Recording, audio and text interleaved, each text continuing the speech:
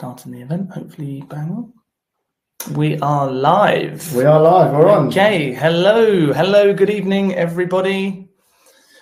Just as always, we'll give it a couple of minutes and wait and see who and how many, and everybody sort of coming in. Give them a couple of minutes to get set, get their cup of teas down. Yeah, make sure you're comfy. If we can see a few of you are there. If you wouldn't mind just popping something in the chat, please, just to say that you can hear us and you can see us okay. Yeah, give us some live feedback. Make sure we're coming at you. You should be able to see and hear us now. So again, for those of you already in the room, we're just going to wait for a couple of minutes just to make sure everyone is in. Kieran, thank you very much. Kieran, can you hear us? MP, can you hear us as well?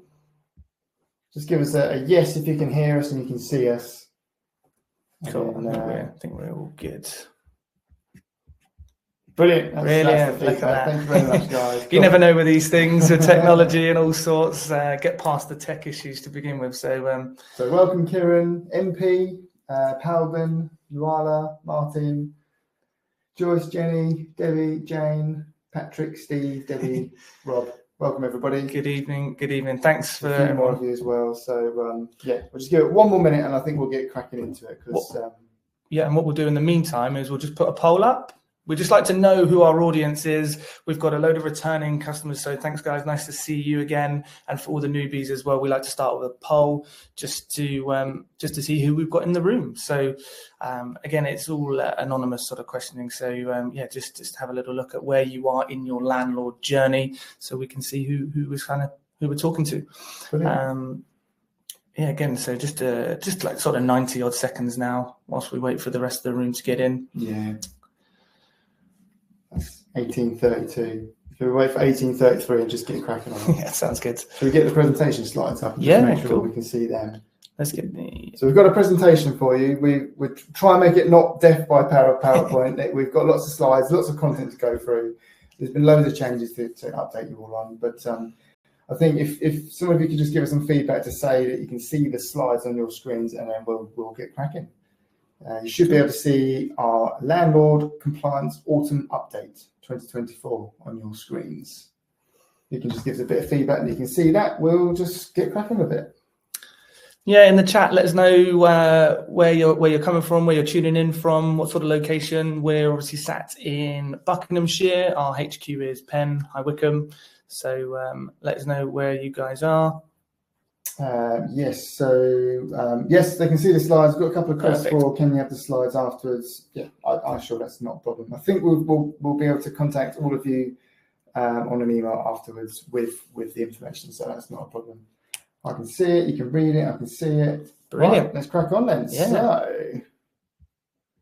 So a little bit about us then. So I'm John. I'm the managing director of HouseShaw. Set it up in 2015 and got quickly into renting properties out and helping others out with their properties as well. Before that, I've been a landlord investor myself, so I can see the rental market on both sides of the coin, I suppose, on that one.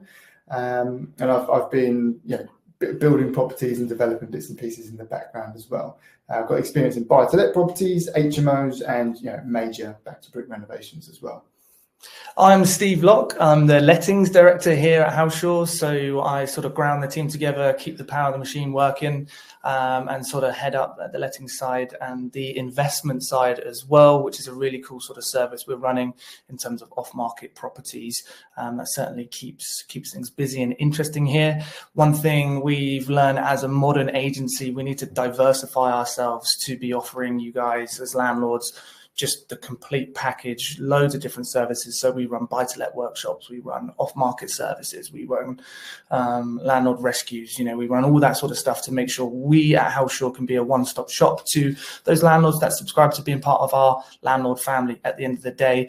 And then for our wider audience, obviously we're here today trying to install some local knowledge to you guys as landlords, just with all the turbulent stuff going on in the media, with the changes that we're going to be going through later. So I'm the driving force, I suppose you like to say, behind the lettings team. So yeah. So there's a couple of stats on the screen about some of the units that we've let and the amount of rents that we've collected over the years. We're ILA qualified, ILA registered as well, so we keep up to top regulations on that side of things.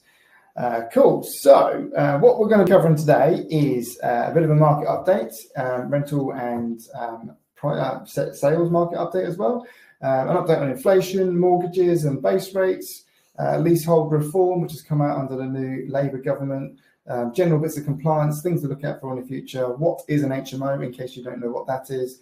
The Renters Reform Bill that's now changed to the Renters Right Bill, again under the new Labour government. There's some up-and-coming changes to be aware of. We've got a special offer as well at the end, and then we'll end on a Q&A. Hopefully we'll get wrapped up by 8 o'clock. So it's an hour and a half of your time that we are very, very grateful for you giving to us this evening. And we're going down the pub after this, so we want to get on at 8 o'clock or soon after as well. So obviously I touched on it earlier on. We've got the change of colour at number 10. So we're going from blue to red, Conservative to Labour. After 14 years, what is the likely impact of a Labour government for tenants and landlords?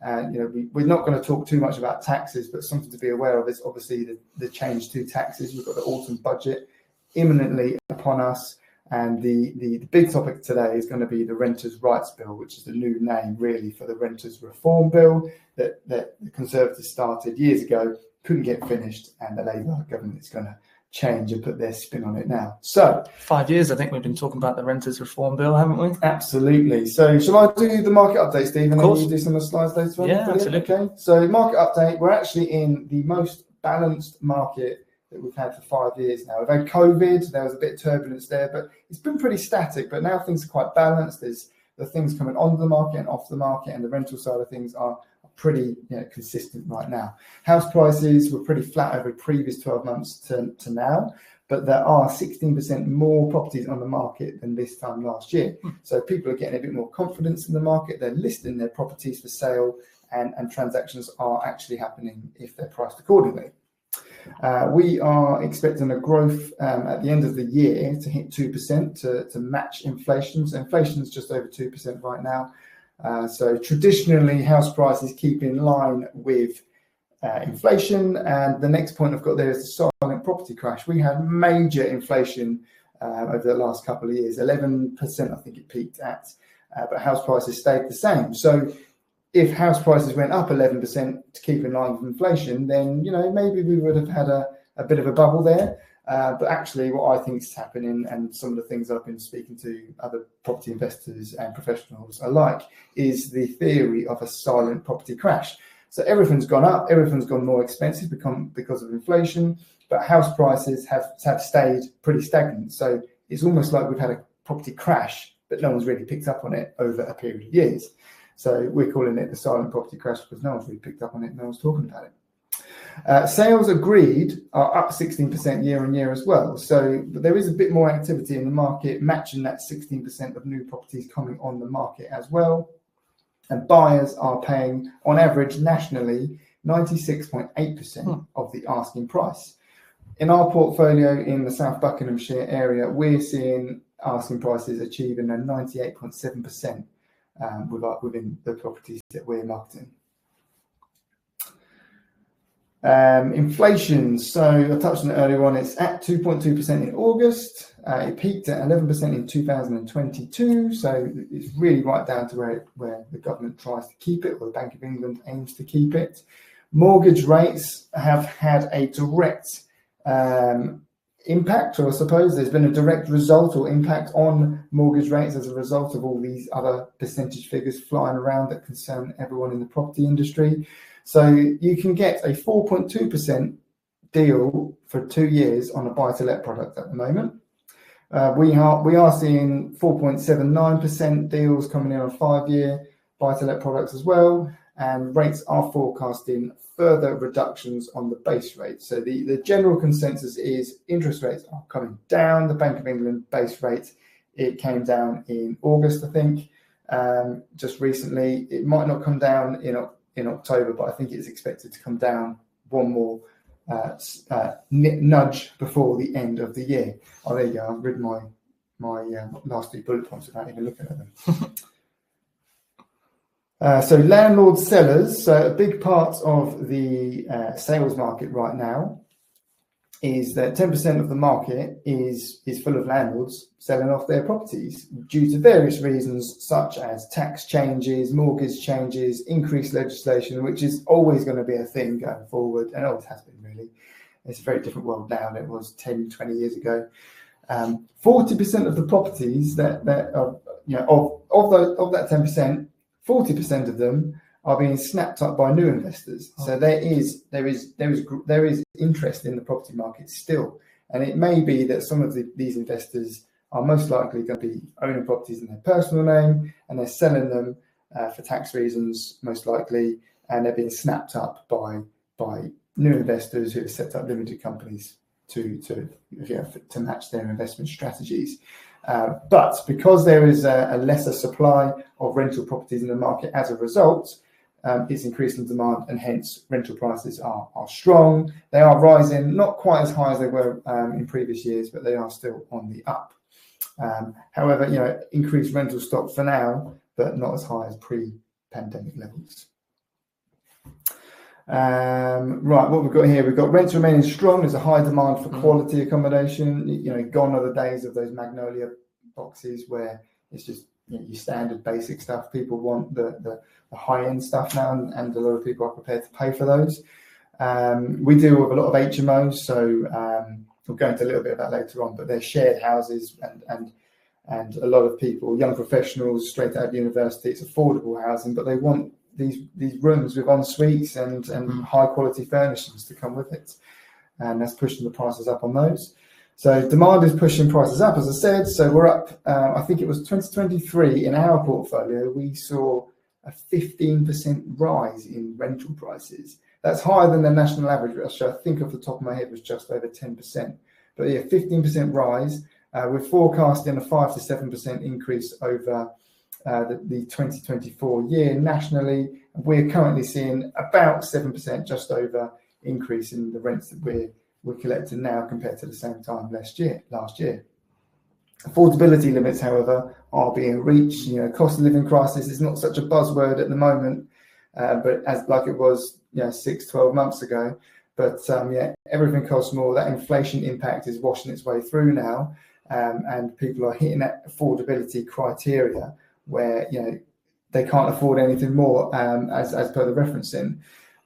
So is that going to slow down growth in 2025? Are employments and wages going to be keeping up with these high cost items that people are relying upon to live and have somewhere to live, or a home to live in, I suppose?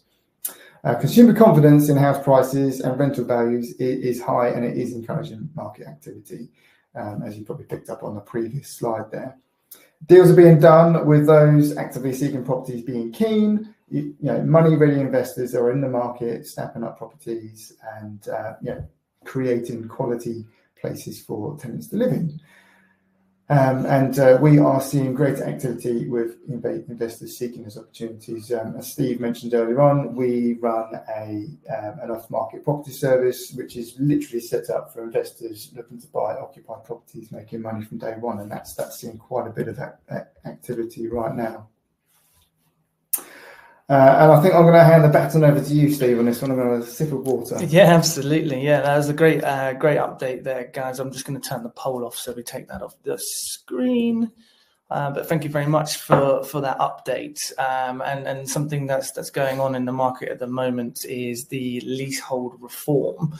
So it's been received by Royal Assent May this year. So it's essentially been approved by the King, but hasn't gone through the formalities in the government sort of structure at the moment. What that basically means is there's no clear dates on timelines. So it's still very much speculative in terms of when these things are going to be seen in, but we have an idea of what this reform is going to bring. So again, like the Renters Reform Bill had a second and third reading, further consultation and secondary legislation is likely to occur and be implemented, largely due to the complexities of something like this. I don't know the last time we were talking about a leasehold reform, but it's been some time due to the complexities around it. But the overarching idea behind the leasehold reform is to make things easier for leaseholders, which is good. So I'm going to go over some of the bits that once in effect it's set to do. What it's going to try and aim to do is making extending leases cheaper, but again, not clear on the details, but anything to make that a lot easier will go down well with us and certainly the rest of the wider landlord sort of market. What they're trying to get away from doing is these 190 years on lease and take them up to standard 990-year leases. As I say, they're currently only 90 years is the standard extension, but they're going to be looking at making that 990 as standard. What that essentially or effectively does is create a virtual freehold for your properties, which again makes them a lot more valuable, a lot more easier to sort of mortgage and things like that. Another good thing is they are going to be looking at transparency over service charges, so showing you a lot more into the accountancy in terms of what the managing agents are charging for, and actually making it easier for the leaseholders to select either take over the management themselves or select a block manager. So again, all these types of things are just making it easier for the leaseholder. Yeah, big changes on the leasehold side of things. So I think a lot of the changes that have been made there are going to be welcomed by a lot of leaseholders. It certainly looks like it's going to be making it more affordable to extend leases, which is only going to add value to properties, because when they get, a lot of you probably are aware that as the lease reduces, the value of the property reduces as well, and then there's a massive fee involved to extend that lease. So they're just looking to kind of level the playing field on that. Yeah, absolutely. And again, just a few more points here with the leasehold reform continued. Again, further points to making this quite a nice environment. Whereas at the moment they have, you're looking to pay freeholders legal fees when you're looking to extend or what's the word? Renew a lease. Renew a lease, that's the one. They're looking to scrap that, which again makes it more affordable, and removing the two-year new owners rule, which I always thought was pretty silly anyway. But the leaseholder rule, when you buy a new property, you have to wait 2 years to extend, which again makes it more expensive to extend. If you buy it with 82 years on the lease and you have to wait 2 years and it goes to 80 or below, then you're looking at a higher cost. So they're looking at scrapping that, which is I think is a good idea. I think that would be a very welcome move. I've bought 2 properties with short leases, and I either had to wait 2 years to extend them, but I managed to negotiate through that purchase process that I could extend the lease as part of the transaction, with the previous owner starting the process and then me kind of finishing it off, and I kind of built that into the deal. But you can't always do that. That's not always achievable. And I think the 2-year rule is I don't see the need for it. So I think it's going to be quite a good thing. Yeah, absolutely. And they're also talking about the idea to buy out the ground rent.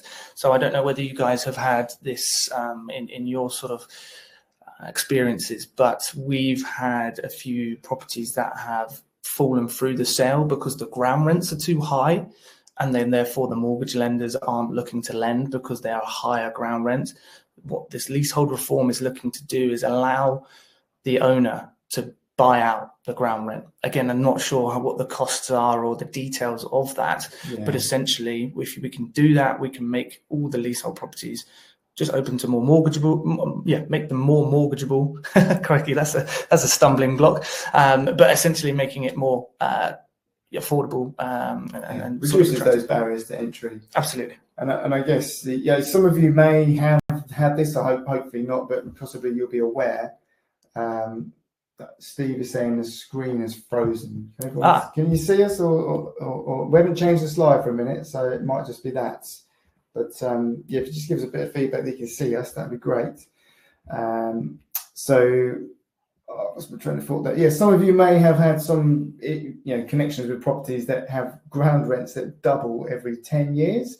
So they might start off quite reasonable, and then 10 years later, 20 years later, they're getting very, very expensive. And that's impacting mortgageability against those properties. Thank you very much for your feedback. Cool, all good. Thank you. Contracts, so statutory periodic tenancies versus contractual periodic tenancies. Steve is the expert on this. Yeah, so we're going more into sort of the compliance side of your tenancy agreements now, and contracts are a massive part of that, of course. And you may or may not be aware, but there are two types of periodic tenancies, and we as landlords and agents need to be aware of what we've got in place with our tenants. So an AST becomes a statutory rolling if there is no previous contractual clause that says a contractual periodic tenancy has been agreed. So if there's nothing in your tenancy agreement that suggests that once the fixed term has elapsed, then you will be going into what's called a statutory rolling tenancy. Now, the reason why we need to be aware of this is because that all the regulations that apply to new tenancies must be adhered to when a contract rolls into statutory periodic. Essentially, what that is doing is creating a new tenancy. Now, what the issues of this cause is that once you come into a rolling, we're doing 1 month rolling. It's usually down to how you accept your rents. If you take rent monthly, then your rolling period is every month. So what you'd be creating here with a statutory periodic tenancy agreement is a new tenancy every month. Now, when a new tenancy is set up, things like reissuing all the documentation are then needed. So again, creates issues with serving notices should you need to evict. There's also arguments going on that you need to re-register the deposits at every point, which is a bit of a grey area at the moment, but hopefully with more education, these statutory periodic tenancies are being washed out. So yeah, essentially, you're creating a new tenancy if you're allowing your tenancy agreement to roll statutory. And you can simply find out this by looking at your tenancy agreements and finding that clause. Hopefully you've got that clause in there that suggests that after the fixed term elapsed, you are therefore rolling into an agreed month-by-month periodic tenancy. Also, some issues with the statutory periodic tenancy is the council tax rules. So landlords, obviously, the council tax liability comes in when there's a tenancy there for over 6 months. So over 6 months, the tenant is then liable for the council tax. However, if you're starting a new tenancy every month, you're not going past that 6-month rule. And therefore, we found that in some cases, landlords are being approached for the liability for the council tax there. So again, just more justification to be checking out what contracts you have in place. Yeah, Joyce has just raised a good point that that was cleared up years ago when with new documents that don't need to be issued. Correct, and we're just kind of raising the point here that make sure you're on the right tenancy agreement. If you're using a draft tenancy agreement from years ago, you could be leaving yourself out to a bit of exposure there. So yeah, it's a nice little point to kind of pick up on there, but it's a very simple fix on a simple contract update. Things like electrical certificates as well that fall outside of the Deregulation Act are looked at. So yeah, essentially, thank you for that, Joyce. Where was I? Yeah. Oh, cool. Got to the end. So we got the so we're just on that special offer now. I don't know if you can put that one up. Oh, of course. Yeah. So it's a free tenancy health check, and if you've got any queries about any of the compliance that we're going to be going into in a minute, or if you're not sure if you're on a contractual or statutory periodic tenancy with your tenants, then book a call. We can run through that with you. It's a free health check. We just want to make sure that you're not falling foul of any of the compliance that we're going to be going through, any of the penalties or anything like that the council could be getting onto, and worst of all, rent repayment orders. So if you fall foul of some of these rules, it can be very, very costly. So yeah, click that link to book a call with us. We'll leave it up for a little while, but we'll get cracking on. So we're into the main compliance section now. So this is just to make sure that you're compliant, you're creating the tenancy so that if you ever need to evict your tenant, you can do. It's all about how you set the tenancy up at the beginning for when you come to the end of the tenancy. So it's everything you do at the beginning is so important. Collecting the rent on a monthly basis and dealing with the maintenance, that's the simple part of it, but making sure you've got that compliance at the beginning is the most important point. You need to mitigate the risk of any tenant pursuing you for non-compliance. The Deregulation Act came out nearly 10 years ago now, and that was basically the coming together of all these documents that you've got to put together to send to your tenant pre-tenancy, so they can make an informed decision and know how to be a tenant, I suppose. It will hinder your grounds for possession if you need to put in a possession claim. And I mentioned rent repayment orders as well, just a minute ago, which means a tenant can seek through the courts that you are ordered to pay a year's worth of rent, up to a year's worth of rent, back to them. And there's fire safety changes and so on and so forth to be aware of. So lots of different acts over the years to be aware of as a landlord. Specifically the Deregulation Act, because this is the one that we see so many people falling foul of. It's quite a simple one to get right, but you have to do it right in a very specific way, which I think is the bit that trips people up. So it's all around making sure your tenancy is your tenant has all the information they need. So they need to know what the EPC rating of the property is, so that they know how much it's going to cost them in the future to run it, and so on and so forth, making an informed decision. Then you've got safety compliance documents like the gas certificate. The EICR, the electrical certificate, is not part of the Deregulation Act currently, but it might be amended and included one day. But you need to prove to the tenant that the gas equipment in the property is safe. You have to provide them the How to Rent guide published by the government, and that gets updated every year or so, something like that.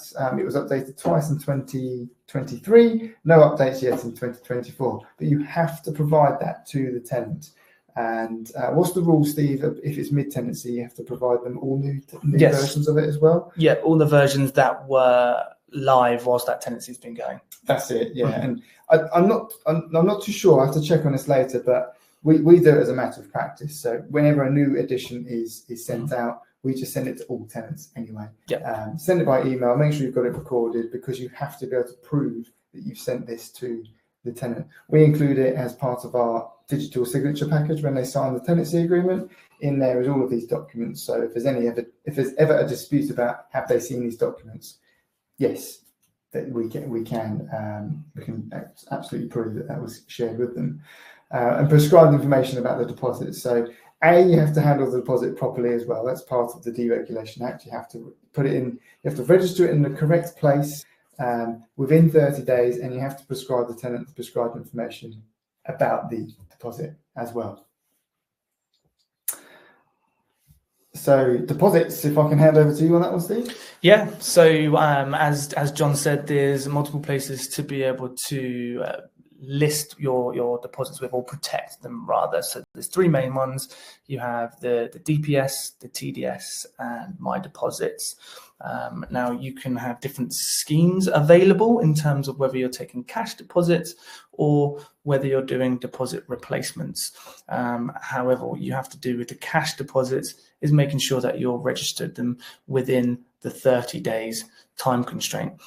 If you don't, you can be falling foul of those rules there. And invalidating your possession claim. Essentially what may happen is they'll ask you just to send the deposit back in full before having to progress through to eviction processes, which can be an issue if there are some impending dilapidations that you may have already picked up on some inspections throughout the term there. Yeah, what you don't want to do is have any of these compliance issues or deposit issues invalid. So you get all that way to court to evict somebody, and then the judge throws it out because you haven't got these bits in place.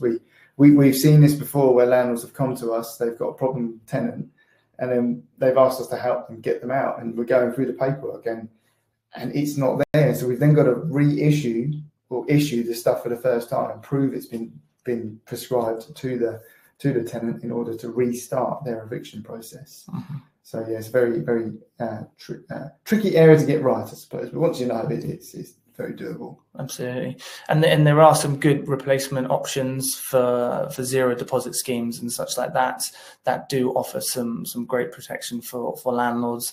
We work with one at the moment that offers 10 weeks worth of cover. So that's more than your 5 weeks cash cap that you get if you're taking a cash deposit, and you can split that between dilapidations and rent arrears. So if you've got a 5-week cash deposit, obviously sometimes you may have to choose between the two if you're unfortunate to have both, but on this case you can have 5 weeks worth of dilapidations and also 5 weeks cover, for rent arrears as well, which comes at no cost to the landlord. Yeah. Cool. Okay. Sorry, there was a couple of questions coming in, so I was just going to touch on them. So, Steve, I think you said in the group that there's the pop-up isn't working. Yes. Yeah. Okay. Yeah. So that link might take you. That link should take you to be able to book a call to answer any questions. Obviously, we'll go through any questions here, but if you've got anything specific and private you want to go through, then you're more than welcome to click on that. Joyce, you've asked the question, do you not suggest our personal GDPR policy is included? So, I don't see any reason why you couldn't include it. GDPR is the sharing of someone's data with external organisations to protect people for marketing purposes. So you might not need to. I don't think we share our GDPR policy with people. We're ICO registered and we've got stuff on our website about that, but you don't need to send a GDPR policy to new tenants. And Patrick has asked, what about tenant on zero deposit schemes? And I think I saw that one come in around. Patrick, when did you ask that question? Was it around about 30 days registration, or maybe? But there is still prescribed information has to be treated in a proper way with a zero deposit scheme as well. Yeah. The difference between a zero deposit scheme and a normal cash deposit, for those that aren't totally clear, is that the cash deposit is the tenant paying an amount of money that needs to be protected against that tenancy, whereas a zero deposit scheme or policy is an insurance policy that the tenant pays on the landlord's behalf to protect their liability for the deposit. Keep the questions coming in, guys. They're really useful to make sure that we're answering what you need to know. It's about when the tenant leaves the property. So when a tenant leaves a property, and if they have a zero deposit policy scheme in place, then it's the same procedure. So we'll do a checkout and we'll compare that against the check-in. We'll mark down any dilapidations, get some costs against that, put a claim in, and then what happens there is the zero deposit policy will either agree or negotiate the dilapidations. They're normally a bit more favourable to claims, if I'm honest with you. But what they do then is they will pay out. So they've paid out. We've collected the money on behalf of our clients, the landlords, and what they will do then is they will pursue the tenant for payment, and they will pursue that all the way to court for a CCJ, and that's their model. That's how they work. So it's sometimes a bit quicker than a cash deposit system, and it ultimately is aimed to speed up the process and provide the landlord more cover. And Patrick, yes, you can claim against the damage done by tenants. Absolutely, you can. Follows the same sort of suit as a cash deposit. And the main thing is to check up on these tenancies and be doing mid-term inspections as well. Guys, this is what's come out as really, really important in some of these schemes, is that they're saying at the end of the term, if there's been no inspection done throughout the term, they're almost arguing on the side of the tenant to say, well, how did they know not to do X, Y, and Z? Sounds crazy because they should be able to act in a tenant-like manner and such like this. But they're really picking up on mid-term inspections. So if you're not doing mid-term inspections, I would definitely recommend, especially if you've got these schemes in place as well.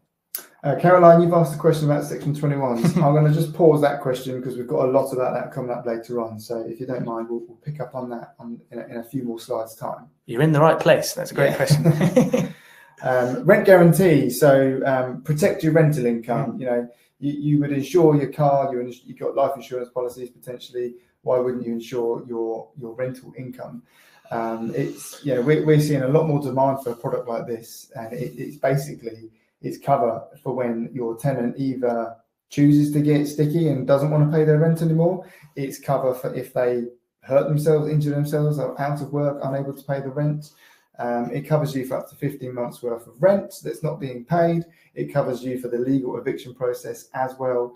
And the cost of living these days, people are finding more and more reasons not to pay their rent. So I definitely think if you're relying on your rental income as a lifestyle contribution, then protecting it is definitely something that should be considered. It can be done for new tenancies, it can be done for existing tenancies, but you have to show previous track record or previous rental payment history. It's not always available to self-managing landlords. The insurers they may consider that as an insurance risk. How compliant is the tenancy? We have a policy that we can share with landlords, and it's open to us to use with our policy provider because of our regulations and checks that we keep all the compliance up to date on. Right to rent then. Yeah, the Immigration Act 2016, you like to call it as us being the border control. So yeah, anyone over the age of 18 needs to show proof of the right to rent. We need to be seeing the original documents. It's not good enough to be seeing pictures. We can't do Zoom calls anymore. COVID was great. We were able to do that and speed that things up in that regard. But that's no longer acceptable. We need to see them in the flesh and see the likeness of that person before any tenancy is set up. The main thing of doing that as well is keeping copies of this throughout the tenancy as well. I guess that links back to what you were saying about inspections, Steve. So yes, interim inspections are important for deposits, claims at the end of the tenancy.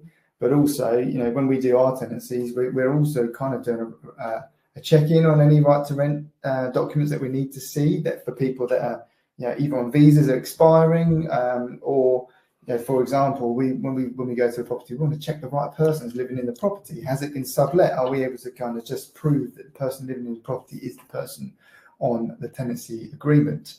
So right to rent is a big thing, and there are, I think the next slide, big fines for getting it wrong. So fines have increased from 10,000, which were previously 1,000. No, they were 1,000. They've gone up to 10,000 for your first offence. Yeah. And any following offences could see £20,000 fines being slapped on you just for not checking someone's right to rent in the UK. We are the border control for the UK at the minute. Which is crazy, because the last point on the slide was about when we check the right to rent, and it's actually at the later date. It's whether the tenancy agreement becomes the end of the 12 months or the right to remain, whichever comes later. It's just the later one. So it's crazy. So they're happy to slap fines on agents and landlords, but really they don't seem to care that much. Exactly that. So it's a very easy area to trip up on. Our process is we ask for the document to be supplied with their application. So it's a copy, it's a photo, so we can kind of check it's like they have a document, but we won't let them move into the property until we've physically seen that document, and we have a digital record of that. So when they come to the office or we see them at a property to do a key exchange, that's part of the process. They get heavily notified to bring their ID with them. No ID, no key collection. So that's our process. We do have a question on right to rent here. So Elizabeth of Mr. Chunk, slides will, we're going to make the slides available, and we'll see if we can put a recording together as well as to be sent out to you. Jenny, right to rent, does this apply to other people not under tenancy who turn 18 mid-tenancy, etc.? So yes, ultimately it's anybody over 18. You need to be satisfied that they have the right to rent in the UK. Rent repayment orders, not something you want to get. So tenants can apply for a repayment of their rent from landlords for landlords' failure to comply with compliance. And it's up to a maximum of 12 months rent payable. You can, this is definitely something you don't want to get. So maintaining your compliance is paramount, not only for the fines, but if you get a rent repayment order as well, that's your income for the year gone. So you need to, these are kind of, ultimatum enforcements, I suppose, but you're not going to get one of these for minor offences, but not complying with an improvement notice that's been gone through the council on multiple checkpoints. If you don't comply with it, then you could be slapped with a rent repayment order. Illegal evictions, you can't just change the lock to your front door if your tenant's not paying the rent, for example. you have to make sure you've got a surrender of tenancy and they've actually ended the tenancy, or go through the abandonment process, which is quite painstaking, and you have to be very specific in how you administer that. These illegal evictions, they can be really easy to fall foul on, because it goes back to the bit where we're talking about contracts and checking how you serve your notices. So on a contract, it's really good to see what clause you have for serving your Section 21, Section 8s, the notices to evict, because how your tenancy says you should serve those documents is the way they need to be served to be able to be deemed served. If it says in your tenancy agreement, serve notices by horseback, they need to be delivered and served by horseback. But essentially, the main one that people fall foul on is in the tenancy agreement, they write first class delivery. They forget that they've got this in their contract, and then they send them recorded delivery. Unfortunately, that's deemed as not served, and then we're going down the illegal eviction route there as well, especially if you've got the abolishment of the tenancy agreement. So yeah, keep an eye on things like that. Very fine line. Depends how picky some people want to be about it, but yeah, very fine line. Our tenancy agreements, they allow people to serve notice by email. If they call us up to serve notice, we just ask it for in writing on email. It's easily traceable. They've got a record, we've got a record of it as well. You can get a rent repayment order for breaching and banning orders, prohibition orders, operating unlicensed properties when it should be licensed. So that moves us on to HMOs, where you've got 6 or 7 tenants in the same property. If one person goes for a rent repayment order and is successful, guess what? They're going to talk to the rest of the house, and then you could have another 5 or 6 rent repayments coming on as well. So it's very important to make sure that you get everything right from the word go. Yeah. Just quickly before we move on to the next slide, I was going to go through the poll. So it's a bit of a mixed bag. So nearly half of you are happy as you are. You're content with your portfolios. About 30% of you are considering exiting the market. So presumably for some of the reasons we raised earlier on, and 25% of you are looking to grow portfolios. Well, I don't know if you've got existing portfolios looking to grow, or if you're looking to start a portfolio. But it looks like there's an even mix of people looking to exit and join. So we may be able to connect some of you together and create some deals there. Yeah, that's great.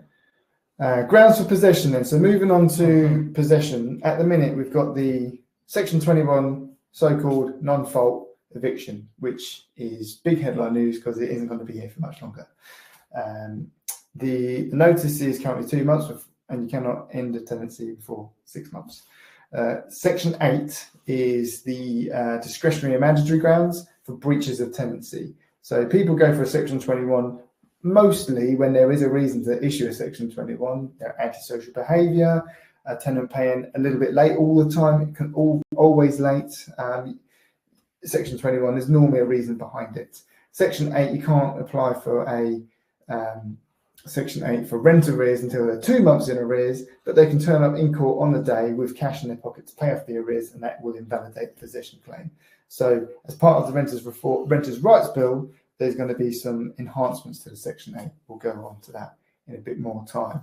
So we'll just hover on this for 20 seconds for you to take a screenshot. These are the current grounds, mandatory grounds for Section 8 for eviction. And on the next slide, we've got the discretionary grounds as well. So just going to hover on that for a couple more seconds. Yeah. So if you want to take a screenshot of that, feel free to do so. There's a Section 8 discretionary grounds for possession. Now, these are subject to change, or let's say enhancement, in the coming months as the new Labour government gets their Renters' Rights Bill underway. And whilst you're just hovering over those, Joyce says, I recently served a Section 21 at the correct time using an NRLA template, and the Housing Assistance Organisation said the Section 21 was incorrect. So copied it exactly from the gov.uk to keep them happy. I mean, we stress the importance of using legal experts when issuing these documents, just because, even grammatical errors and spelling errors can throw these out of court. And why take the risk? Why delay it, any further? Also, just touching on that and point, legal experts, I would always we would always recommend using those solicitors and legal experts that are qualified in tenant law. Your everyday solicitor may not know the tenant law, and they may be very good at conveyancing, for example, but don't practice day-to-day in the tenant law. And then those are the people we need to use for these, because they will have seen every eventuality. And so, yeah, there's plenty of them out there. If you need any assistance in terms of recommendations, do get in touch. But yeah, would definitely recommend that. Absolutely. We've got a couple more questions around that subject as well, actually. So, okay. Just to follow on your Section 21 issue in with the grammatical errors that people can throw out of court. If, for example, you're going to serve 2 months notice to a tenant, but you're going to post it to them, make sure you give it 2 months or maybe 3 or 4 days, because you need to allow that 3 or 4 days for the letter to arrive in the post, the recorded delivery, however your notices are prescribed to be delivered in your contract. So make sure you do 2 months and a few days. So just to allow that kind of breathing space around it.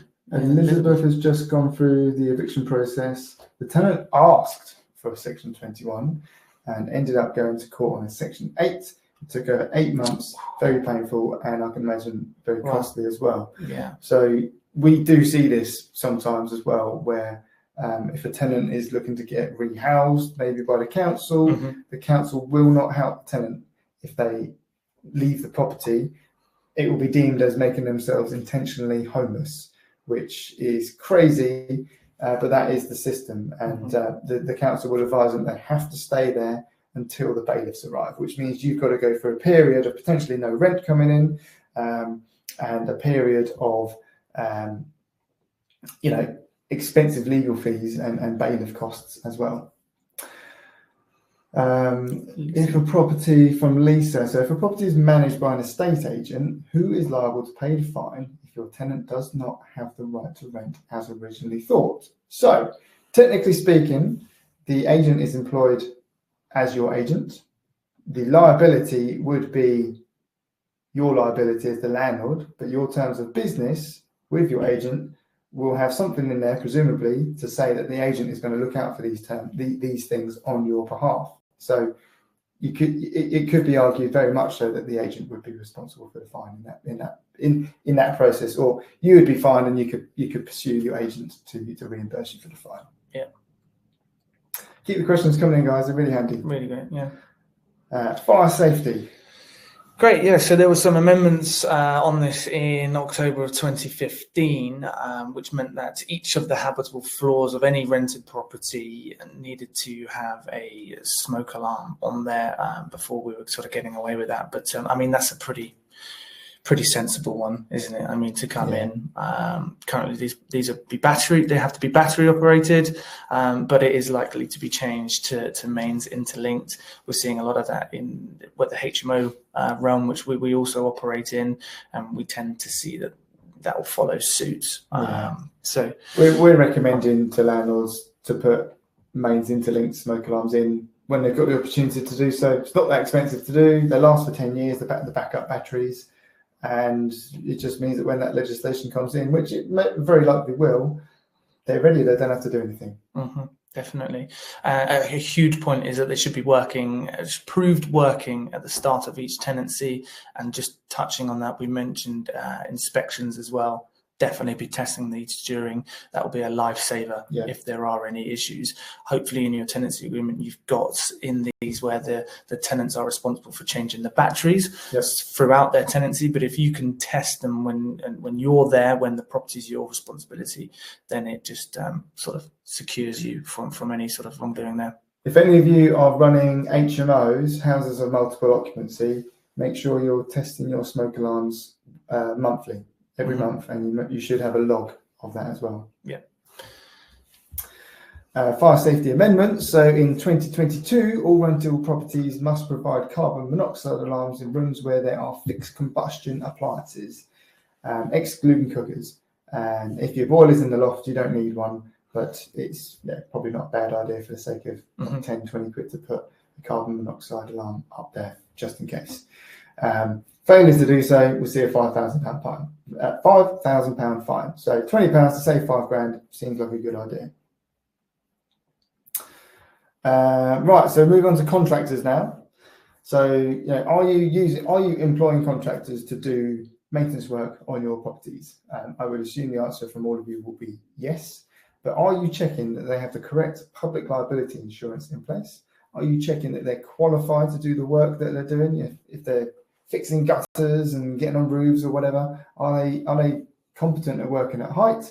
Do they have a good general understanding of health and safety? And, you know, what would they do in an emergency? Are they providing risk assessments and method statements for the work that they're doing?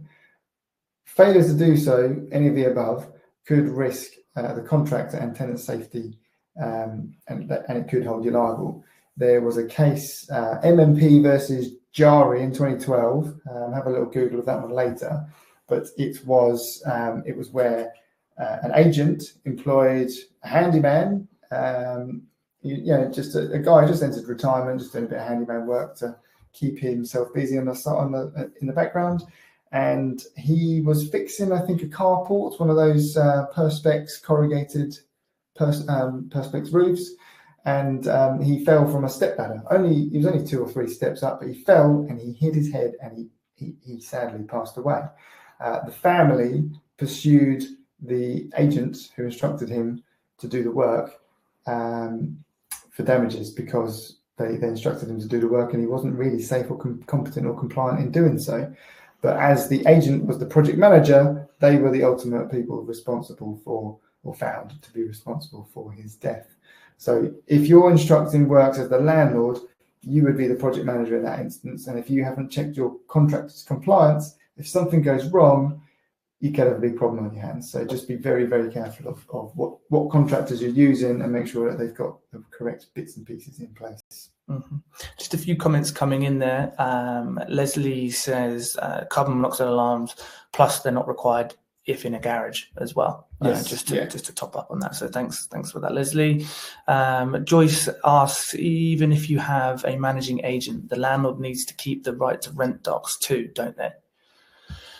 Yes, essentially so. It's always good to have these on backup on that one, Joyce. So thanks for that. Yeah, I mean, ultimately, if you're using an agent, you're employing their services to take care of your liabilities around your tenancies. So yes, it's always good to have a copy, but yeah, your agent will always have a copy and should always be sending those out with tenancies.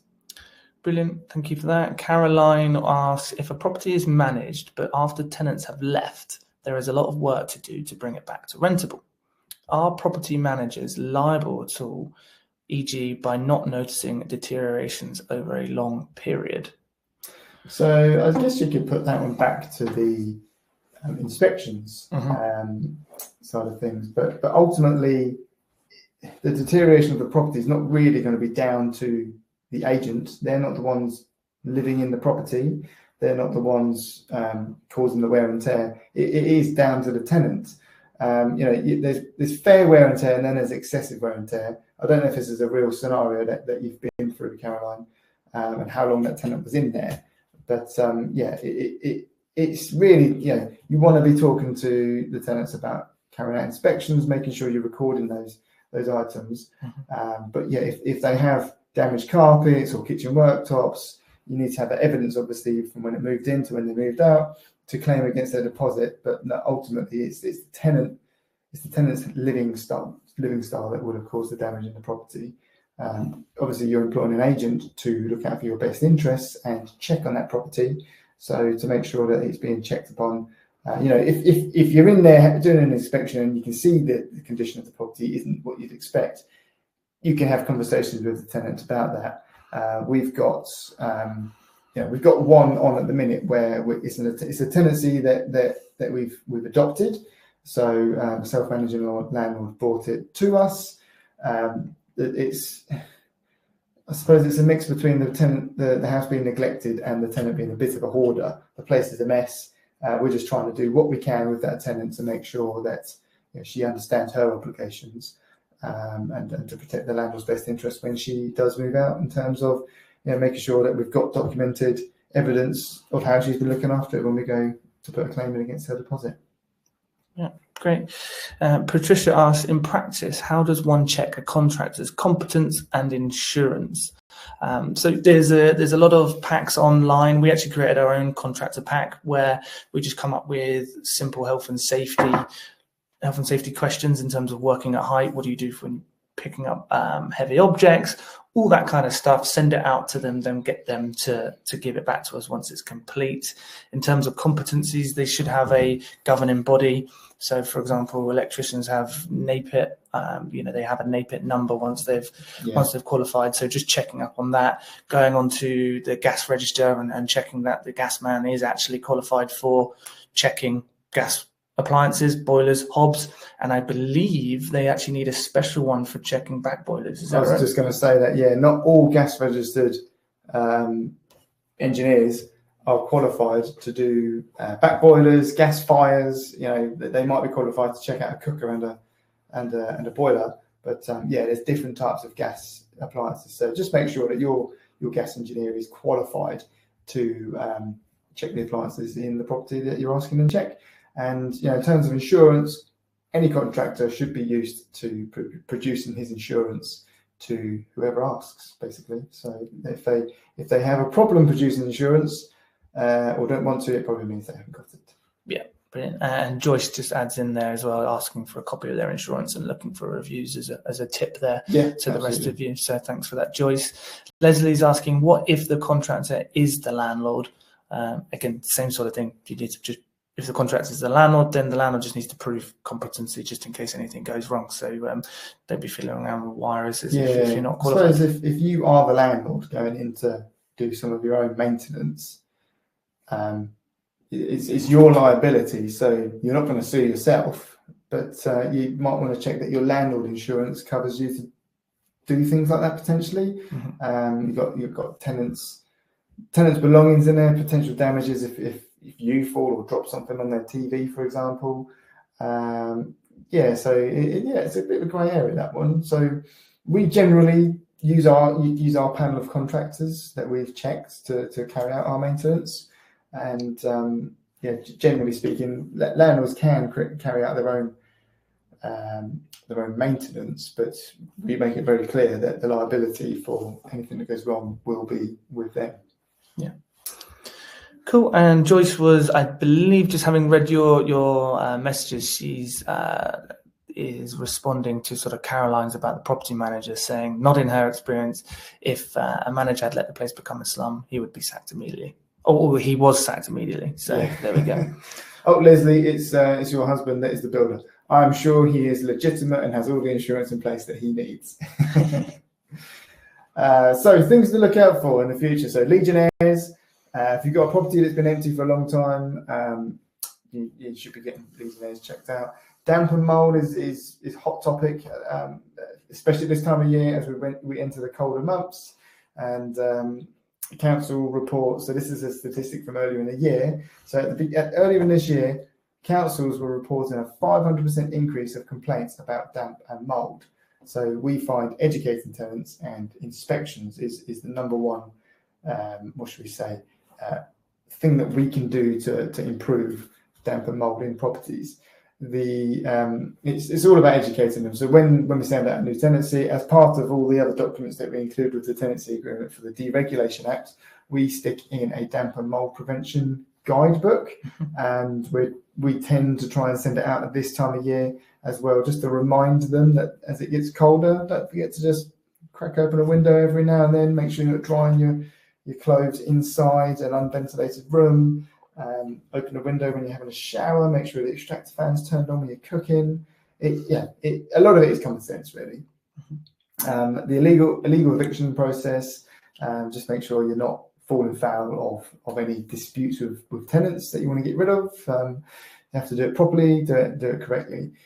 Section 47 and 48 is around if you change address. So if the address that you've asked people to serve their notice to is changed, so you move home, you move office or whatever, you need to notify the tenants that they need to serve their notices at another address, or be able to contact you at another address.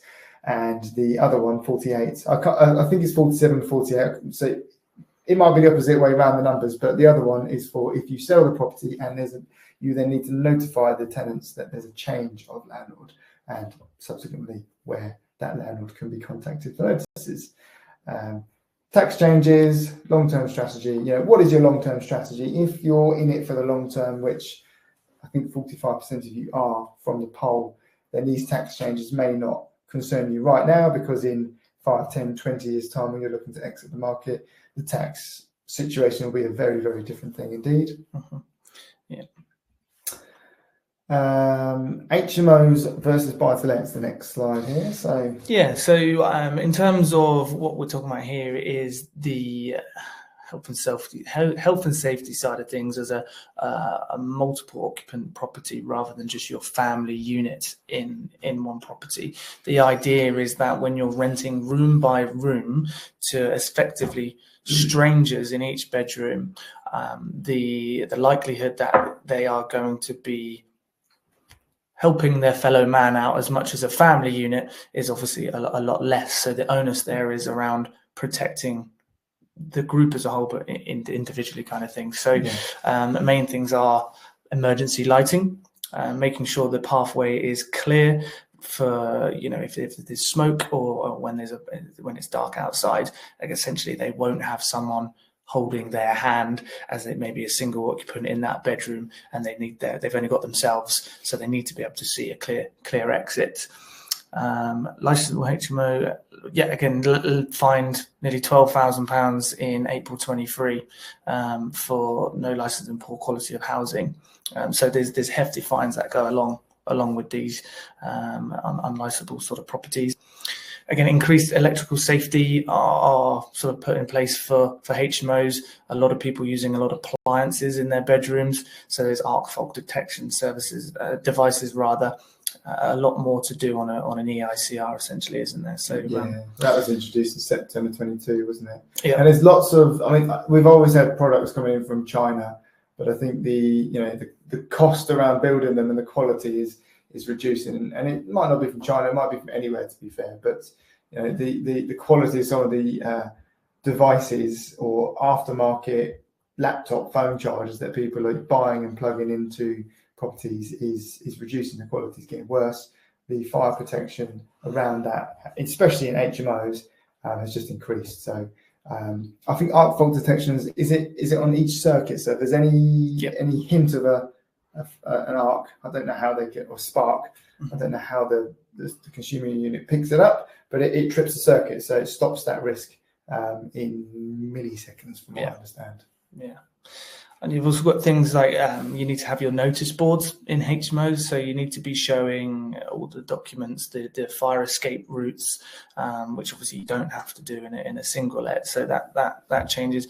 We've actually got in place virtual notice boards, so it saves us from having to print off and laminate all of the documents every year, things like gas certs and all that sort of stuff. So our local council has agreed that we can use those to negate the need for physical notice boards. And it means we can update it from the office. We don't have to visit all the properties and update every single piece of paper that we have to stick on there. Councils are looking out for management regulations, the HHSRS. That's the Housing Health and Safety Regulatory System. There's 29 things that they can penalise you for under there. It's potentially going to be being enhanced as part of the Renters' Rights Bill, which I think will be coming up in the next slide or two. Upgraded fire protection and detection, and just making sure properties do not fall into disrepair. Any questions on HMOs? Send them in. We'll come to them.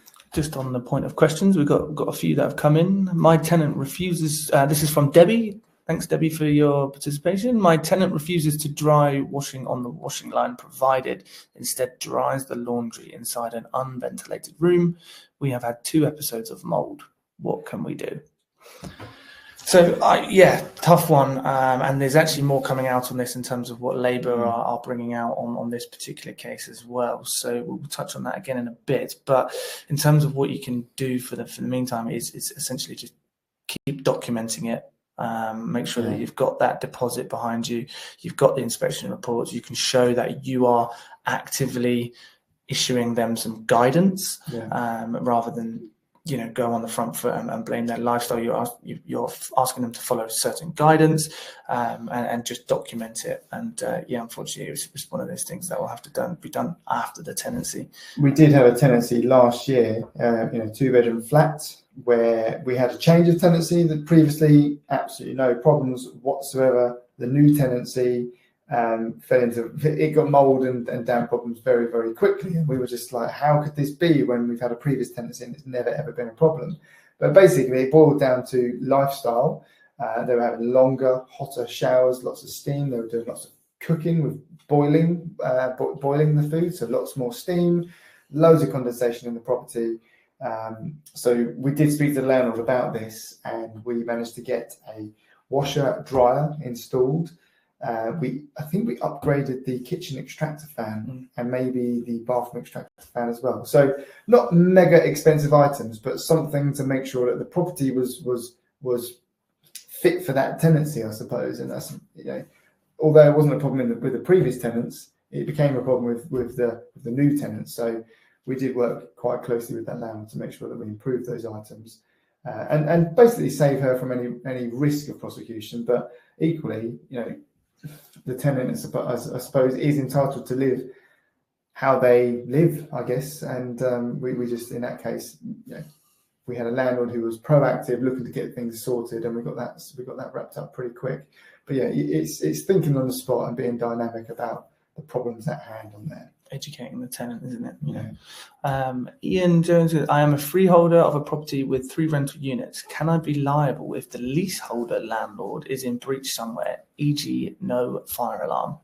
So I would say no, because that liability would surround a contract that the leaseholder has with the tenant. But as the freeholder, I would imagine with the head lease that you have, you would have clauses in there that ensure that they have to maintain their compliance, so mitigating your risk around that. And potentially you could have a clause in there that means that you can inspect the property and make sure that they are meeting current regulations. So no, I don't think you have anything to be worried about any liability falling to you as the freeholder, but you should, I would imagine, have yourself covered in the leaseholder agreement that you've got and mitigating any risk onto the leaseholder with the tenants in that circumstance. Yep, that's great. Thank you, John. Joyce says, I also include a warning about lithium battery fires in my ASTs. Yes, yeah, absolutely. With all these electric scooters and all that kind of stuff kicking around, that's definitely a good point. Well raised. Well done, Joyce. Patrick, you say, I know in HMO you have to have a fire blanket in the kitchen. Yep. In a buy-to-let, do you need to have a fire blanket in the kitchen? I have one for peace of mind. Yeah, it's a good point, actually. Off the top of my head, I don't know the correct answer to that, but I would just assume to have one anyway. Mm-hmm. It's better to be safe than sorry. If it's not illegal compliant right now, it will be. I don't know, actually, off the top of my head. That sounds like a real simple answer to give you, I'm afraid, but Patrick will definitely go out and confirm whether not having one is breaching any sort of compliance and stuff like that, and we'll come back to you on that one, Patrick. I've starred that one. I've made a note of that, so we'll come back to you and we'll fire it in that Facebook forum that we mentioned at the start. If we don't manage to follow up with you privately, sort of thing. I think it's a bit like the carbon monoxide alarm in the garage or the loft where the boiler might be. For the sake of 5, 10, 20 quid, better to be safe than sorry, I suppose. So yes, I think you're absolutely right. Peace of mind to have it there.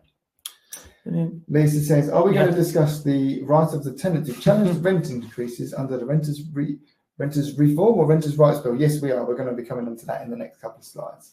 Yeah. And no, you don't have to have one, the fire blanket, Joyce. Thank you very much for confirming that. We know a lot about all of this stuff, but that one just tripped us up. So thanks for helping us out on that one. And I think that's most of the questions. Yep. Up to date. Yeah, cool. So the Renters' Rights Bill, the new name for the Renters' Reform Bill, is proposed but likely to happen. So nothing's in place just yet. Obviously, the Section 21 is media top story. It's going to be abolished, but don't worry, it's not the end of the world. Scotland hasn't had Section 21s for a good while now, and they seem to be operating just fine. What they've had is an amendment to the Section 8 process, which gives you new grounds for nuisance tenants. And we're hoping that some of these new grounds will be a real kind of positive for the landlords. But it's all really going to hinge on the court's capacity and capability.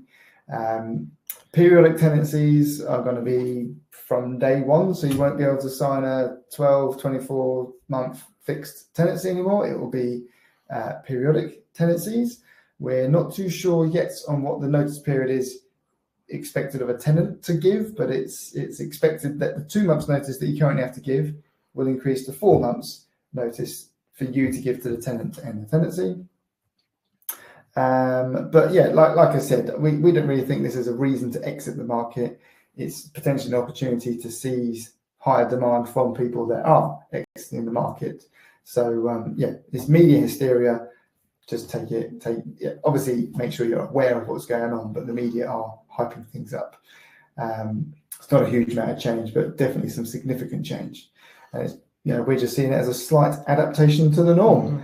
There is a bit about AWAB's law that's going to be implemented into this in terms of improving home quality and home standards. And AWAB's law came about after the young boy who died not so long ago is in the news in a really, really poor conditions of a property suffering from mold and damp.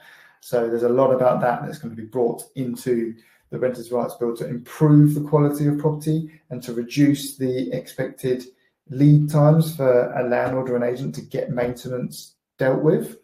So that's definitely some changes. And the main thing in the standards there that they're going to bring right now is reasonable time to make the changes, which anyone's reasonable can differ. Tenants' time for reasonable change is certainly different to what a landlord's reasonable time for fixing maintenance is. But what Labour are looking to bring is effectively giving us legal time parameters to get things done. So it's more clarity for us in the private rented sector. AWAB's always coming from the social housing element. But I see no problem with that whatsoever in terms of we need to be providing accommodation that's of a high standard, habitable quality. And like we said right at the beginning in the markets update, there's a high demand for quality accommodation, and it's pushing demand through really. So how are we doing for time? We're at 7:45. So we're probably we're well over halfway. So we'll just steam on. There's a few questions coming on, so maybe we'll touch on them when we get to the end of this renters' rights section. It's about 4 or 5 slides on this. So pets, we're calling it pets in lets. You have to give due consideration to a request for a pet. You can't just say no pets. You cannot advertise a property saying no pets. You literally won't be able to do that as part of the Renters' Rights Bill. You have to have, real justification to say no to a pet in a property. So, for example, if you're in a flat and the flat has conditions as part of the head lease that no pets are allowed in the property, then that would be a justification to say no, you can't actually have a pet in this property because of that reason.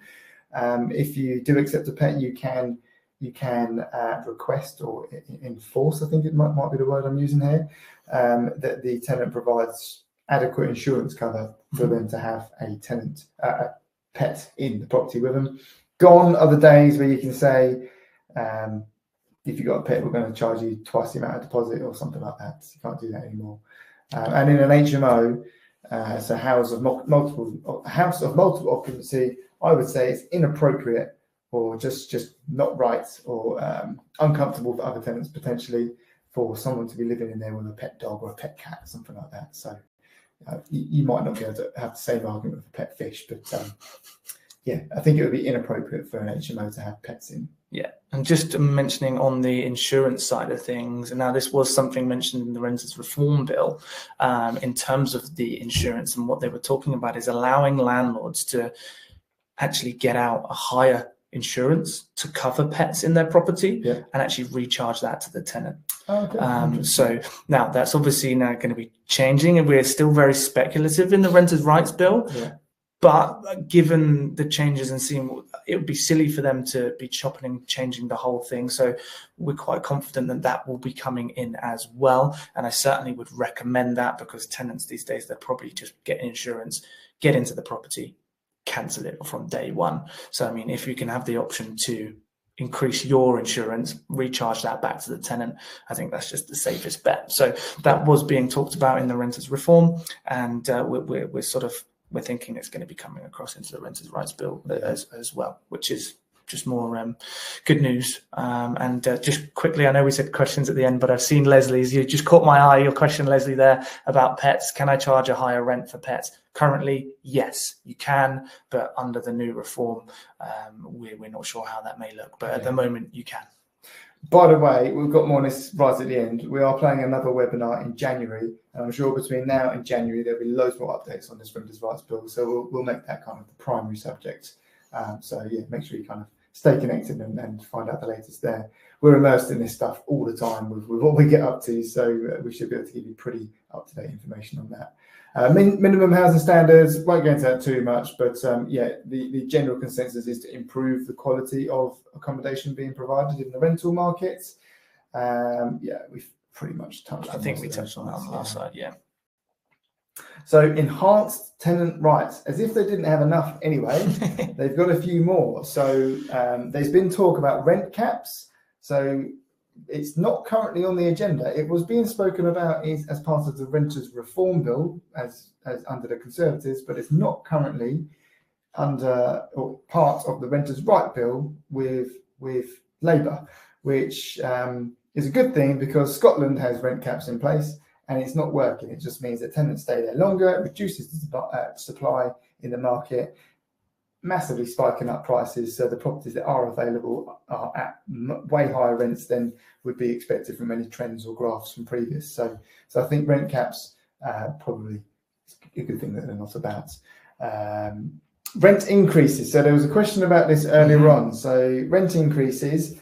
The proposal is that if you suggest a rent increase to a tenant and they disagree with it, they can take it to a tribunal, and the tribunal will say yes or no to whether that rent is an appropriate rent. But don't worry about it. That's already a thing. It's already a thing. So if we suggest a rent increase to some of our tenants for our landlords, it can either be agreed via a new tenancy agreement with the increased rent, or we would issue a Section 13, which would keep the tenancy periodic, but it would be a notice to the tenant to say that the rent is going up. And on the Section 13, the tenant is notified that they can take the rent increase to tribunal. But as long as it's at market value, then it's not really going to be disputed. You know, we make sure that all of our rent increases are at market value. You know, we have lots of flats and houses that we can compare prices on internally. We have portals such as Rightmove and Zoopla, where we have kind of behind the scenes access to data that we can compare prices on, just as much as you can really on the front side of those portals. But yeah, it's not too difficult to work out what is a fair market value rent. And often what happens is the tenant says, I'm not paying that much money. Then they go online that night, have a look at what the alternative accommodation is going to cost them for comparable size properties overnight. And then they call us up the next day and say, no, actually, I'm going to stay. I'll sign that new tenancy agreement. So yeah, we do it fairly. But yeah, don't worry about the rent increases. It's not a change. Yeah, I think the media's picked it up as a massive change, but it is not a change at all. And just touching on that as well, if we are seeing a lot more need for the use of the Section 13, whereas before negotiations were quite, not welcomed. I suppose it's never welcomed, but tenants were receptive to it. They understood. Nowadays, with the cost of living crisis, there is a lot more pushback, and we are seeing a lot more Section 13s having to be put in place. But what I want to also reiterate actually is issuing a Section 13, if the tenant goes to tribunal, it does not delay your rent increase. It may do for the short term because they may not pay it. Yeah. But what the Section 13 does is the date of issuing, if the tribunal deem that as a fair and reasonable increase, then it comes back to the date that it was supposed to kick in. So there's no issues there with delay. They backdate it, absolutely. So the argument there with the tenant is that they're actually potentially just getting themselves in rent arrears, because if they span it out over 3 months and they haven't paid the increase, at the end of the 3 months they're having to pay the hike, which they may not be able to do, and then they'll be getting themselves in rent arrears. So but yeah, media hysteria for that one, definitely. But there's lots of questions coming in. I'm just going to touch on this one from Joyce about she didn't know there were bidding wars until Starmer accused her of doing it. So ban on bidding wars is the bottom one there. So yeah, we were a bit surprised about this one. So, you know, I suppose when you're selling a property, you get different offers from different buyers at different levels, and people are in different situations on how proceedable they are to purchase that property. On the rental side of it, you know, we probably have 10 to 15 applicants per property, and not all of them are proceedable. And you know, we might get offers to rent a property from 3 or 4 of them potentially, and it's down to us then to see which one is the most proceedable, the best fit for the property, the least risk for the landlord. We want to create the best tenancy for the landlord, and sometimes, you know, people might offer a little bit more to secure that property, but it's not always the best option. Sometimes people offer a year's rent up front, which sounds attractive, but you know, they often do that when they can't pass the referencing. What are they trying to hide? What's going to happen after that 12 months is over? Are you going to get any more rent, for example? So a ban on bidding wars, I didn't really think we had a bidding war problem with rents. So yeah, it'd be interesting to see how that one pans out. Again, this is all it's all speculative at the moment. So we shall see. We'll just move on this slide, and then we'll get to the Q&A, I think, and sort these questions out. So another slide on renters' rights. Yeah, so a ban on not being able to say no DSS. So basically, just we mentioned it going through, but discrimination clamped down, and then we're seeing a lot of sort of couples with children. Now, a good way, we've had a few questions on this sort of beforehand in terms of what properties are suitable for people with families, in terms of sort of single mums, maybe with a baby that wants to come into a 1-bedroom property, and we kind of really need to rely on the social housing aspect of this when they're saying and what they deem as suitable.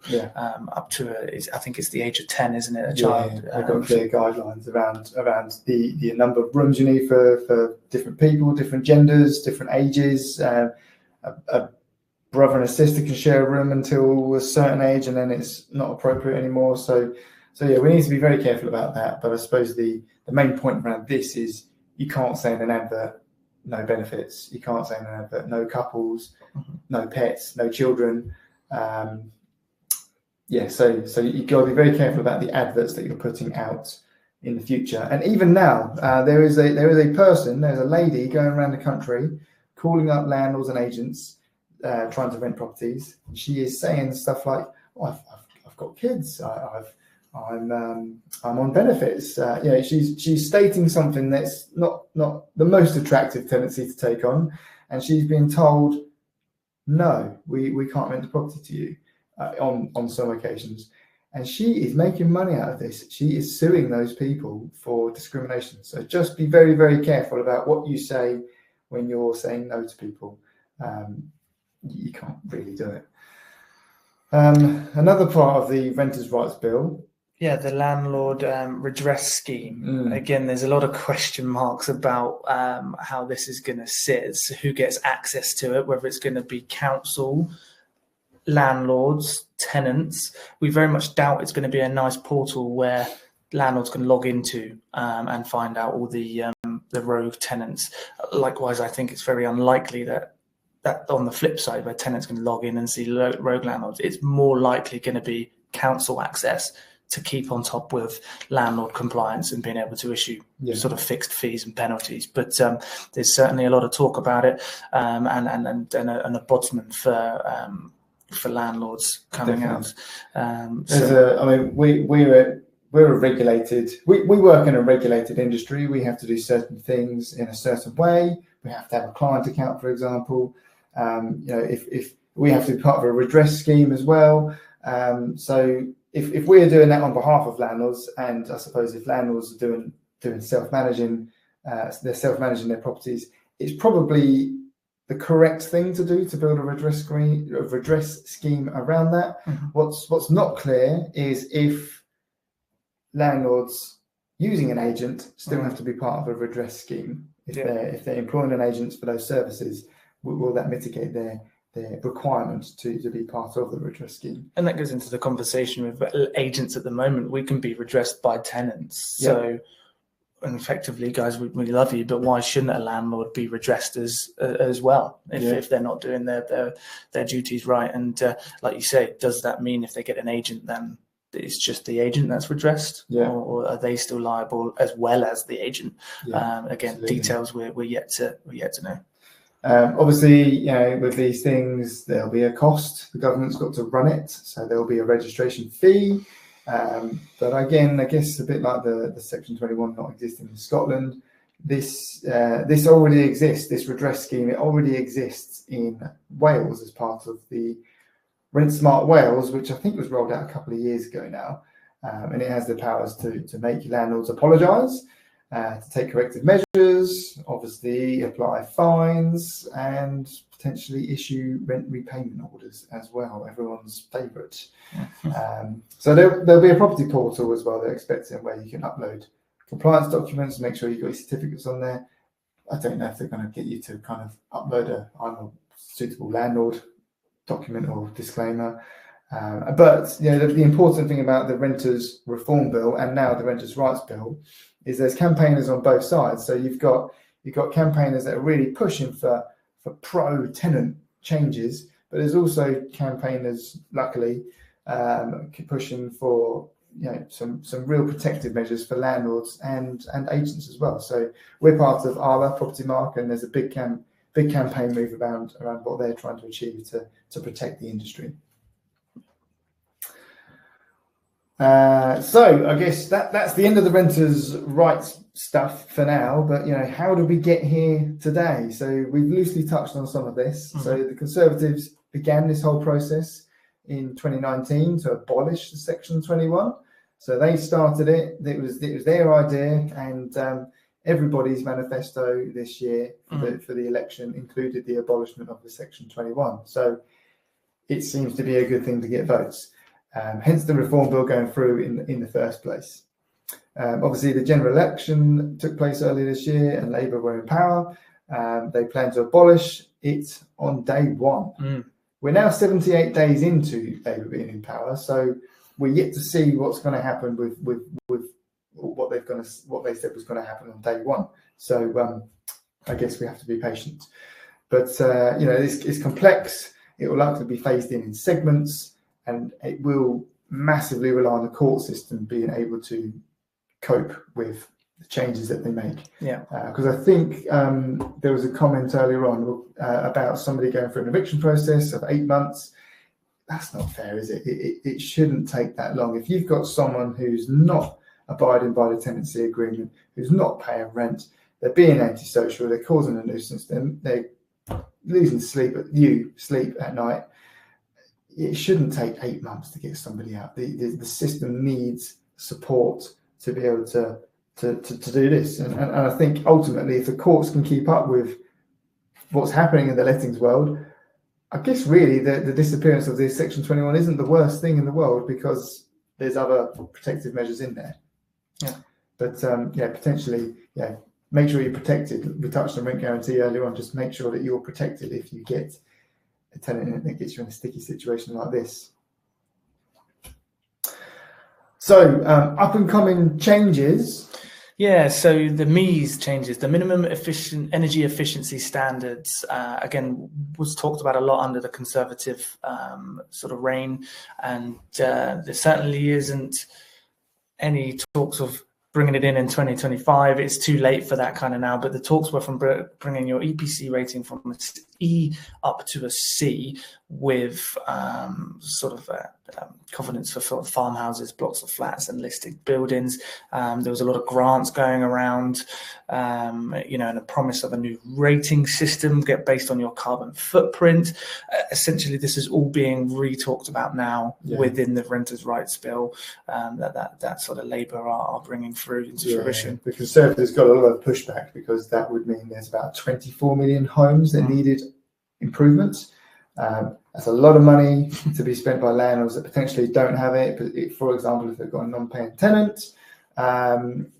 insulating a roof might not be that expensive, but if you need to redouble glaze a whole house, that can be quite expensive.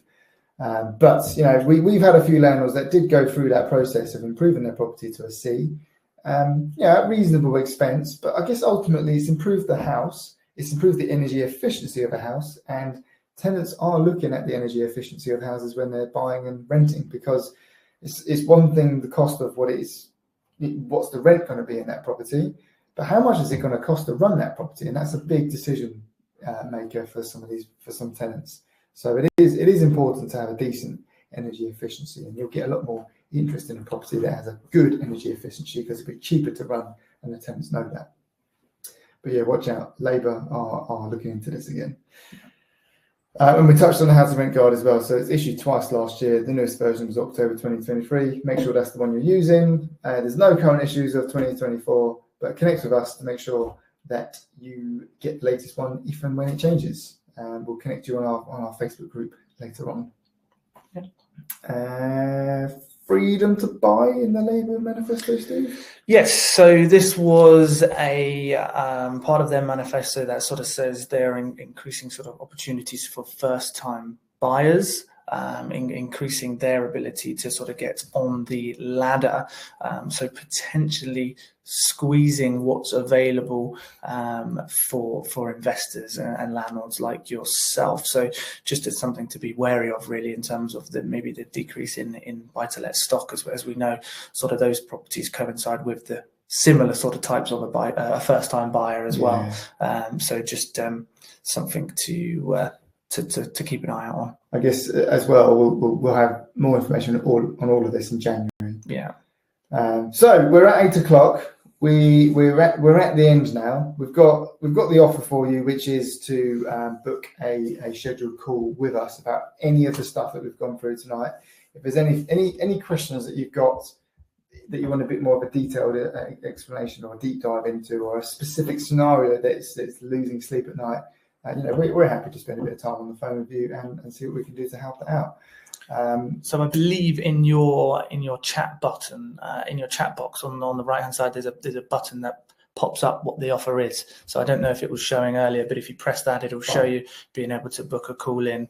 And just touching base on that, we've mentioned a lot about rent caps and things like that, and keeping on top of market values. What we'll always do at the end of a tenancy agreement is not only look to show you where there are rooms of improvement in terms of your compliance, but also your rents, and look at getting those to a top level as well, so you're optimized at the best possible position. So it's not all doom and gloom for you. There's also room for improvement on the rent. So yeah, absolutely.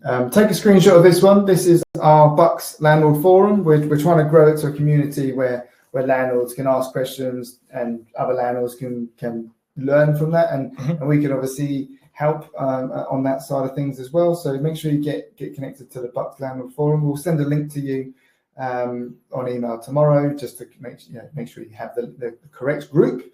It's a safe haven for landlords, is what we're trying to build there. It is, absolutely. And so we want it to be a place of information is wealth, isn't it? So yeah, make sure you get connected on there. And we really appreciate all of you giving up your time to spend with us tonight. We hope we provided you some valuable information. If you wouldn't mind raising your phone and taking a quick scan of that QR code to leave us a Google review whilst we go through the Q&A, we would be ever so grateful. We do enjoy giving these webinars. We do enjoy giving our time up to prepare them and deliver them. So it'd be really, really great to get some feedback as a Google review, if you don't mind 30 seconds to do that.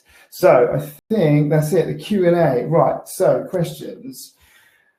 Maybe if we leave the review link up and go over the Yeah. the Q&A? Okay. I'll leave that review link up. Good idea. So yeah, we'll go through all the questions and then hopefully we'll wrap up in the next 5-10 minutes or so. And if you haven't had your dinners yet, we can let you go and get your dinner. So thank you ever so much for your patience. So Joyce has mentioned about the right to rent latest version you can get from the gov.uk website. Yep, absolutely you can. Lisa, will tenancy contracts in place prior to the bill coming in become null and void? I don't think they become null and void, but I think what will happen is the fixed term period that you've got in there will become void. Yes, it will become a periodic tenancy, is what they're trying to turn them all into. So yes, I think so. More on that and the detail and how that's actually going to pan out will come out in the coming weeks and months. So they'll look to phase that. They'll look to phase that out in terms of a date where any new tenancy after X amount will be,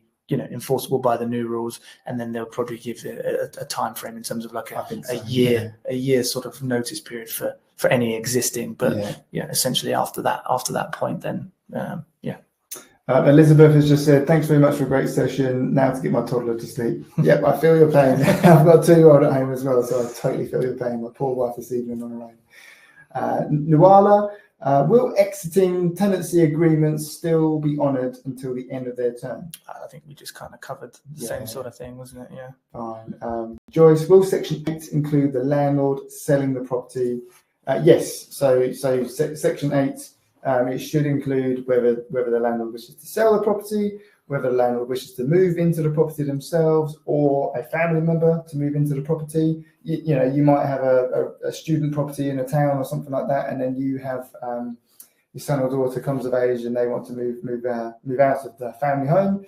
You might want to kind of say, have the rental property. You should be able to do that, absolutely. Yeah, there's definitely a lot of amendments coming to the Section 8 to cover things like that. What they'll essentially do is look at making it a bit more regulating in terms of, if that's the case, and if you do want to move in, then you won't be able to rent it out for the next 3 to 6 months. Again, don't know on timeframes on things like that. It's speculative, but that's essentially what they'll probably bring out in terms of you can't rent it for that period afterwards to stop people being cheeky. But no, they're definitely putting that in there, and that'll probably. Whether that will be a mandatory discretionary, we're not sure. Yeah. I did see another question just further up in terms of saying, I think it was maybe Lisa saying, I worry about not being able to ask my tenant to leave at all with the abolishment of Section 21. And again, that comes down to the amendments that are coming into Section 8. I don't think this should be a cause for concern. They will be covering things like antisocial behaviour well within this new Section 8, and we're hoping that they're going to make that a mandatory clause as well. So again, for those that don't know, discretionary grounds, you need a lot of proof and things like that, whereas mandatory, if we can prove them, then you definitely get possession. Discretionary grounds are a little bit sort of more down to the judge on the day. So we're hoping that the mandatory clauses will be updated with the antisocial behaviour and stuff like that. Yeah, Section 21 is often used when a tenant is consistently late paying the rent. We're hoping, we've heard noises about a ground being put into Section 8 for consistently late paying. They're supposed to pay on the 1st of the month, but they're not paying until the 10th, 20th, 25th. I think that will be, it is being spoken about as a potential ground within Section 8. And if you look at how the percentage of how many people are getting possession based on what notice is being served, I believe there's more people getting possession using Section 8 now anyway. Section 21s are usually just sort of given as a backup. So again, really don't feel there's going to be too much cause for concern with the abolishment of Section 21. So we've got a question here about what is a redress scheme. So redress is holding someone accountable, I suppose. So it kind of acts as a complaints procedure. So at the minute, landlords do not have to be part of a redress scheme. Agents like us and the like, we do have to be part of a redress scheme. We're part of the PRS, Property Redress Scheme. So at the minute, no, you do not have to pay a fee to the local council, but potentially one day, as part of the Renters' Rights Bill, you will. So just keep an eye out for that. We'll have lots more information on that in the new year at our next planned landlord webinar. Rob, just on whilst you're on redress schemes, asks, will the redress scheme be a replacement for HMO licensing or in addition to? Wishful thinking, I think, on that one, Rob, but unfortunately, yeah, it's going to be in addition to. Yeah. I skipped this one. Will existing tenancy agreements still be honoured until the end of their term? We kind of covered that when Sorry, did I say that already? Yeah, in terms of they're gonna phase the that. pub is calling. They're going to be phasing it in terms of a from this date, anything new, any new tenancy will be from X. Yeah. Any existing tenancy from Y. Yeah. Give you enough notice period, and then away we go. Leslie says no DSS, but mortgage companies generally say no. That was back when we were talking about discrimination, I believe, in terms of So, if the legislation is going to be changing to say that you can't say no DSS, mortgage companies are going to have to adapt and modify their wording as well. Ultimately, the mortgage company, they will want you to have a rental income on that property so that they're satisfied that their mortgage payments can be paid. Mm-hmm. So yeah, if they have to adapt to accept that rent is going to be from DSS or somebody with a child or somebody with a pet, then yeah, they will have to kind of put up their socks on that one. Yeah, and what Labour are doing, guys, they're making a real push for having funding available for these types of people. Obviously, they're bringing out all this legislation. They need to back it up and make it suitable for everybody. So their budgets in terms of what they've got to help people, they've got the social housing allowance, and then we do get sometimes when the rent's here and then the tenant has to make up the shortfall. 300 social housing allowance, £600, rental per month 900. Tenant then has to top up the 300. What Labour are imposing is that they're getting a bigger budget to help people be able to bridge that gap.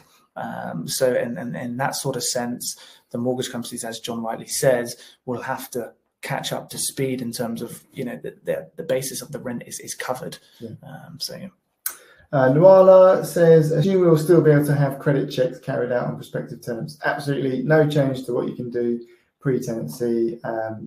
It may be a reason to do even more checks or advanced checks, but absolutely credit checks without a doubt. That's definitely going to still be a thing. You'll be able to contact previous landlords, check employment, and all those kind of things as well. So yes, and if you've got a decent reference, you should be able to get, as long as they pass with flying colours, you should be able to get protection rent guarantee on that. So if you're concerned about non-payment of rent in the future with people choosing to pay for their nice Mercedes or BMW rather than the rent for the property they live in, definitely get yourself protected with rent guarantee. Yeah, and always be doing full credit checks, full reference checks. No skimping or saving on any of that. Make sure you're definitely protected on that sense.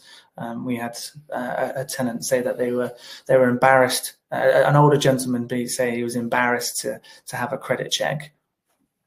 Yeah. Well, I mean, if your credit's okay, why are you embarrassed about it? So, don't be falling for these tips and these tricks that some people are trying to make you jump through. No, exactly that. Question from earlier on from Lisa. So, when a credit check cannot be carried out, for example, a foreign national, are you able to still ask for a year's rent up front, given rolling contracts will be the norm?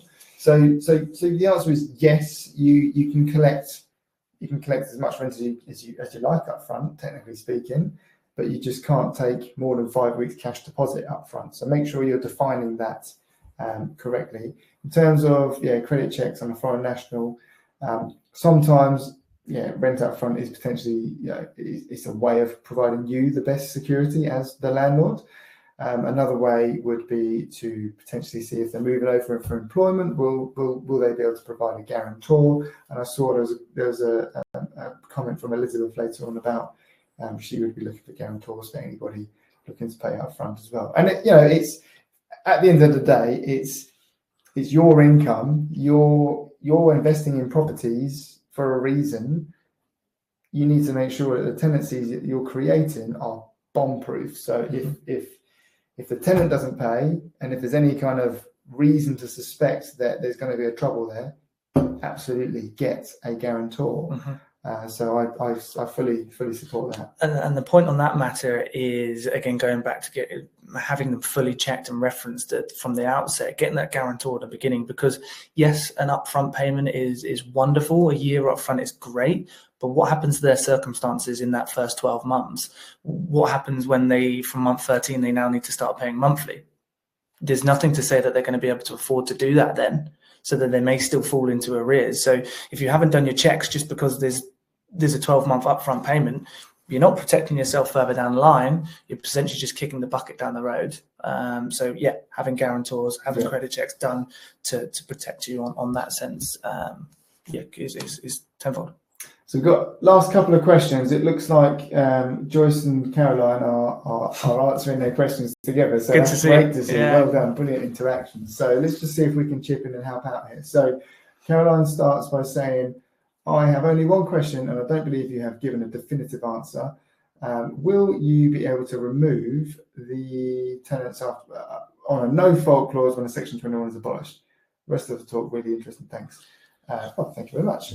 So no, when the Section 21 is abolished, you will have to have a reason under Section 8 to ask that tenant to leave. However, a lot of the reasons that we're getting through with using a Section 21 right now are being updated within the Section 8. So I wouldn't worry. So yeah, we just have to put it down to something. And then a couple of lines down, Joyce does confirm that. Leslie, very kind of you to say how to write a review about a Google account. Send us a Facebook message or something like that. Yeah. It's really nice to hear that you've appreciated the content we've delivered to you tonight. The best review you can do is book in a tenancy health check. Yeah, tell us over the phone how much you enjoyed it. That'd be great. Lisa says, will upfront rent payments still be allowed given the contract is rolling? It's a good question, and to be honest with you, there's not really a definitive answer to that right now. I think things like that will become more clear as the legislation is put through. So so yes, we'll be sure to have a bit more of a look into that, and if there's more of an update on that in January when our next webinar is, we will absolutely do that.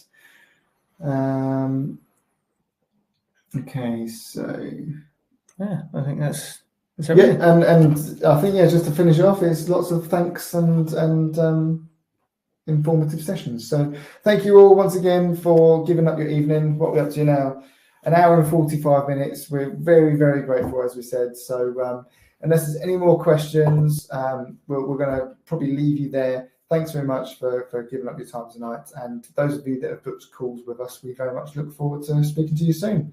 And peace out. Take care. Thanks very much. Bye. Cool. We'll just sit tight if there's any